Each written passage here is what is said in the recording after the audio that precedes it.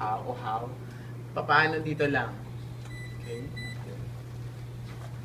Tapos, so, kung napapansin nyo, meron na siyang nababasang ECG.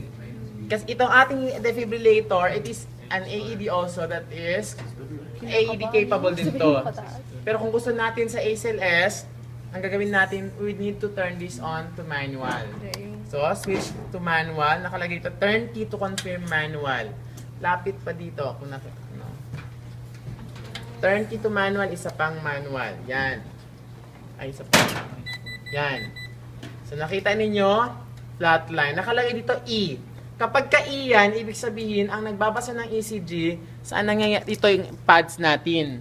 Di ba, ang AED natin nakapagbasa ng ECG yung pads. So, next na gawin ninyo is kailangan nating ilagay sa anong lead?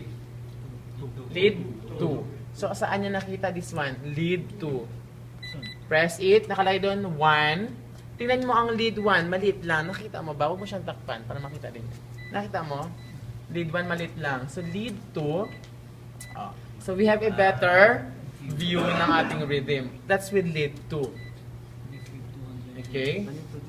That's your lead 2. If you want to defibrillate the patient, ito yung energy selection. Halimbawa, 200, 360 joules. Babaan yan.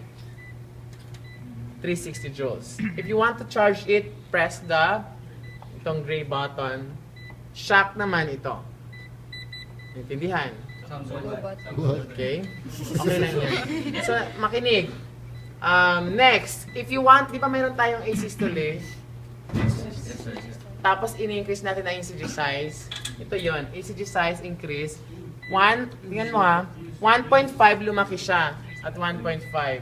At 2 mas lumaki. So, kung flatline siya, VFib yan na fine, makikita mo talagang VFib fine. So, hanggang 3, hanggang times 3 yung sensitivity niyan. Okay? So, 0.5, maliit lang. 0.1.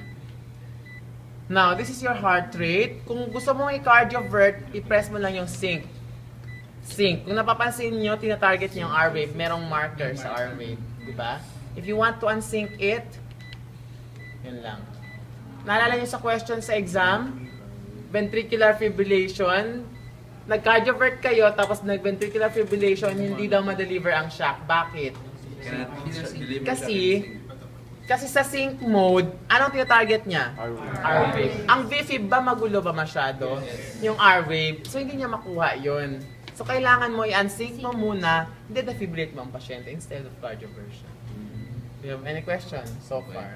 So, yun. Itong other monitor natin, may makakonect yan sa BP app, sa BP dito yan. For electronic monitoring. Yan. Hindi na natin ikakabit kasi alam nyo naman yan. So, may mga cables din yan for auto saturation. Intindihan? Okay. Any questions so far? Okay, this is your e-card. Usually, baliktad nga to eh. Usually, ang sa number 1 is your medication. So, sa drawer number 1 is your meds. Tingnan nyo ha, kung natanggal yung isang leads. Ano mangyayari? Asystole. Or flatline. Although nagsasabi naman siya ng lead, so anong gagawin natin? Ayusin natin ang connections natin. Okay? So kung ginagalaw natin ang pasyente, ano mangyayari? Pangit ang lalabas. Ang kuha. Kaya walang nagsi-CPR habang nagbabasa ng ECG. Question so far. Pakiabot yung iPad. Kaya hindi ko nakikinig ha. Pakiabot yung iPad. Hindi na ito yung time para magbasa ng ECG. Okay? So, anong gagawin natin kapag ka... Nakakaya naman sa picture. Yun selfie kasi may ano yun. Okay. If this is ventricular fibrillation, so same lang din yan. Halos, yung mga bagong ito, old model na to eh. Ite-turn off ko lang ha. Sa mga bagong halos ganito na itsura. Wala ng mga life pack. Okay? So, if you want to defibrillate it, ito lang.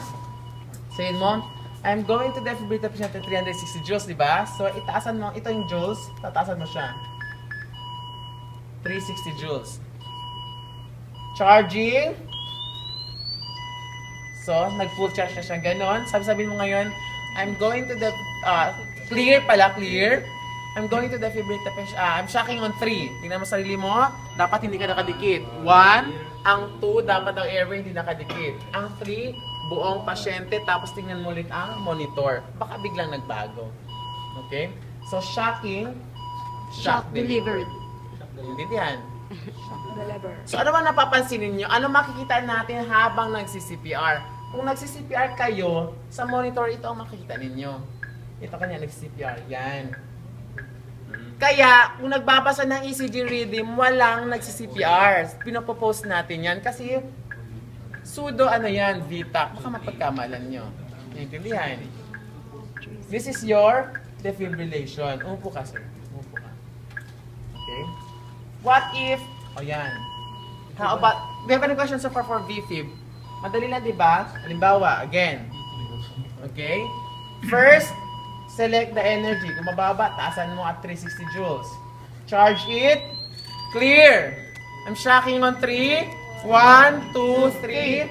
Shocking. Shock delivered. Continue. High quality CPR. Di ba ganun yun? Now, what if naman ito ang reading ninyo? Ano ito? SVT. Atrial cardio or SVT. This is an SVT. Tapos ang BP ng pasyente ay less than 90 mm mercury. Stable, unstable? Unstable. We do cardioversion. Right? So how do you cardiovert? Ipe-press niyo yung sync mode. Nakita ba ng lahat? Dito nga kasi tabi. Ito, dito kayo. Yung iba dito po. Mauhon, dito ka. Okay? Okay? So, naka-sync mode yan. Okay? Huwag kayo kapag ang ganito pa, huwag pala kayo mag-upload sa ano ha? Sa Facebook nyo, mag-itong video. Okay? So, cardioversion, kung napapansin nyo, sync mode, meron siyang marker sa R-wave. Malalaman nyo na nakapress ang sync mode kung may marker sa R-wave. And you need to confirm the capture, yung marker. Next, select the joules. Same lang din. Halimbawa, 50 lang. 50 ang initial joules. Okay? Hindi ko pala nasabi doon. I'm sorry. Mamaya. 50 joules. Tapos, same lang din, charge it first, and then, press the shock button. 50. Mamaya, nakalimutan ko pala doon ng dose ng cardioversion, I'm sorry. Kung halimbawa, VTAC naman na may pulso, okay? Sync mode, may R waves, may capture sa R waves, charge it to 100 joules, charging, shocking, shock delivered. Ganun lang yun.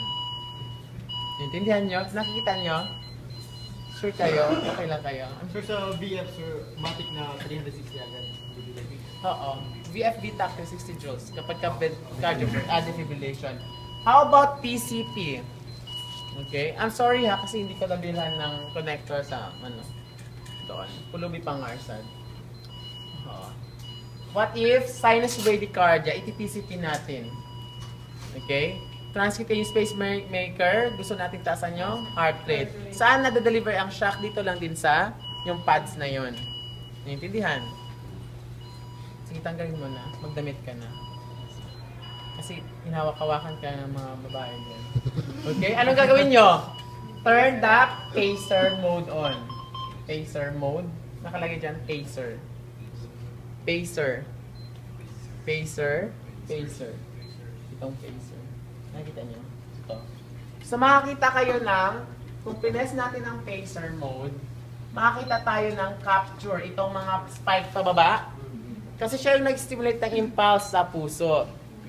Okay? Kailangan natin muna iset ang normal rate. Anong gusto mong heart rate ng pasyente? Ano ba ang normal na heart rate ng pasyente? 6100. Anong average? 80. Nag-isip pa, hindi marunong mag-math.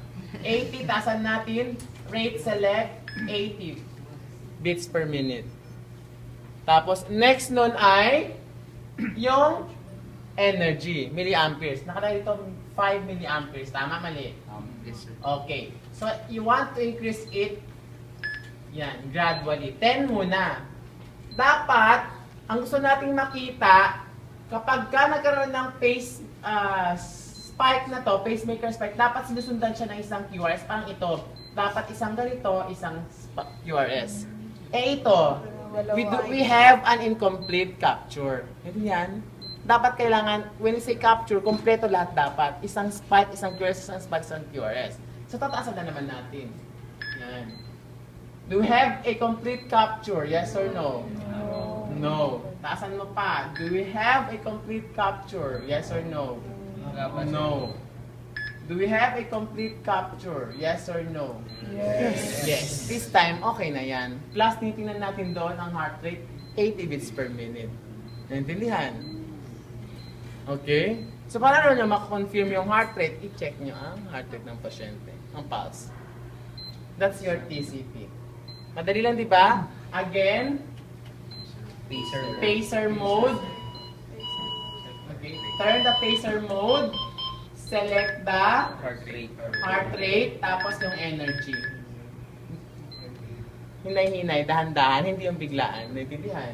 Yes, sir. Okay. Question so far. Kapag ka-defibrillation, anong gagawin? Wala ka nang ipapress na sync. Okay? Piliin ang joules, charge with, Shock. then shock. Kung cardioversion naman, sync mode, select the joules, 50. charge, and then shock. Question so far. We'll be practicing this later. Huwag kayong mag-alala.